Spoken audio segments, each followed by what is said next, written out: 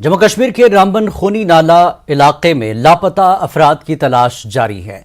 अब तक 4 लाशें निकाली गई हैं, जबकि अभी भी 6 अफराद लापता हैं, जिनकी तलाश की जा रही है। वाज़ेह है कि कल ज़ेरे तामीर सुरंग का एक हिस्सा गिरने से हादसा पेश आया था।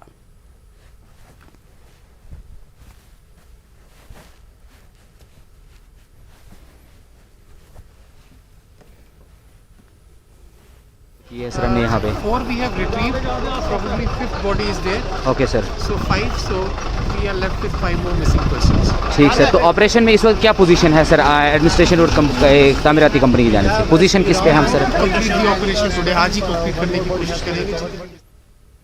जम्मू कश्मीर के रामबन जिले के खूनी नाला में मकामी 2 मजदूरों के रिश्तेदार मुनहदिम टनल के करीब लाशों का गुज़श्ता 2 रोज से इंतजार कर रहे थे। आज दीगर लाशें बरामद होने पर एक रिश्तेदार इरशाद अहमद वल्द मोहम्मद शफी साकिना पंठाल को अपने भाई की टोपी देखकर अचानक बेहोश हो गया। इसे फौरी तौर जिला अस्पताल रामबन मुंतकिल किया गया, जहां उसका इलाज जारी है।